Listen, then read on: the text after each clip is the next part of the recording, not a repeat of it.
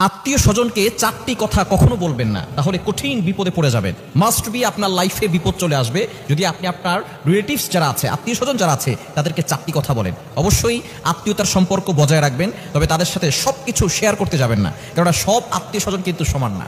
এজন্য আত্মীয় স্বজন থেকে এই চারটি কথা কখনো বলবেন না। নাম্বার ওয়ান, এক নাম্বার হচ্ছে আপনার অভাবের কথা, আপনার কষ্টের কথা আপনি আপনার আত্মীয় স্বজনকে বলবেন না। আপনি অভাবে আছেন, কষ্টে আছেন, দুঃখে আছেন, আপনি আপনার রবের কাছে শেয়ার করুন। এটা কারো কাছে বলার দরকার নাই। অভাবের কথা, কষ্টের কথা যদি আপনি কাউকে বলেন, সে পরবর্তী সময় আপনাকে এই কথা বলেই কষ্ট দিবে। এজন্য অভাবে পড়ে গেলে, কষ্টে পতিত হলে আপনি আপনার রবের কাছে 2 রাকাত নামাজ পড়ে, ওযু করে 2 রাকাত নামাজ পড়ে আল্লাহর কাছে বলুন। তাহাজ্জুদের সিজদায় গিয়ে আল্লাহর কাছে বলুন।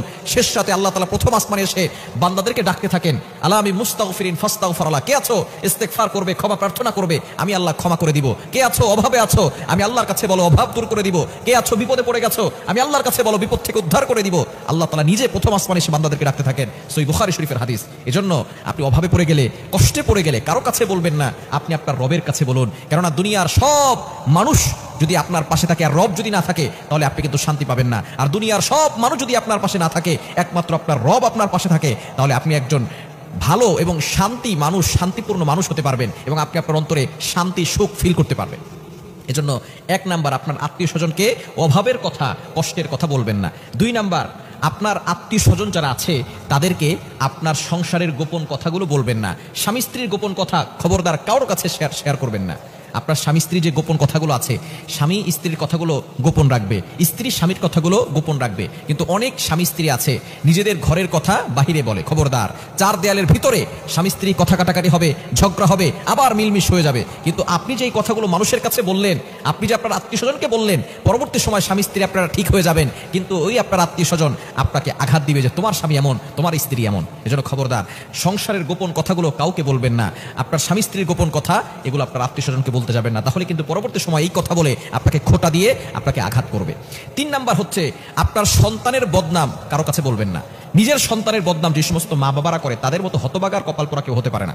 নিজের সন্তান যদি খারাপও হয় তারপর বলতে যাবেন না। আপনার সন্তানের মেধা ভালো না, আপনার সন্তান পড়ালেখা পারে না, যাই হোক, আপনি আপনার সন্তানের কখনো ছোট করবেন না এবং মানুষের কাছে ক্রিটিসাইজ করবেন না, তুচ্ছ তাচ্ছিল্য করবেন না। আপনার সন্তানের কথা, তার বদনাম, তার যে দোষগুলো সে করে, সেগুলো খবরদার কখনো আপনার আত্মীয় স্বজনকে বলবেন না। পরবর্তী সময় আপনার সন্তানের নামে খোঁটা দিবে, আপনাকে আঘাত করবে। কারণ পরবর্তী সময় কারো মুখ থেকে আপনার সন্তান নিয়ে যদি কটূক্তি আসে, তখন আপনি সহ্য করতে পারবেন না। এজন্য সন্তানের ব্যাপারে কটু কথা, তার নামে বদনাম কখনো আপনার আত্মীয় স্বজনকে বলবেন না। 4 নাম্বার, আপনি যে সুখে আছেন, শান্তিতে আছেন, আপনার কাছে কত টাকা আছে, এগুলো আপনার আত্মীয় স্বজনকে বলবেন না, তাহলে কিন্তু আপনি কঠিন বিপদে পড়ে যাবেন।